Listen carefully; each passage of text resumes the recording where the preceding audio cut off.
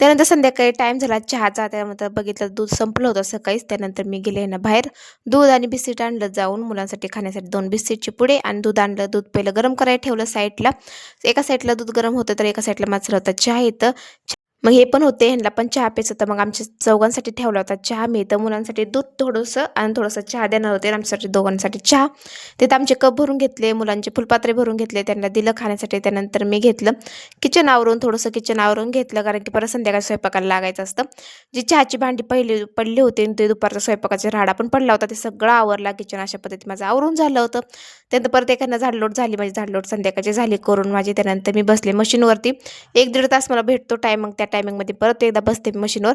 7:30 वाजता स्वयंपाकाला लागतं. त्याच्यामध्ये मधला टाईम मला भेटतो ना, ती माझं मशीनचं काम चालू असतं तेवढ्यात. त्यानंतर एक फ्रॉकला माझा फक्त बो राहिला होता बनवायचं, तर मग तेच माझं चालू होतं बो बनवायचा.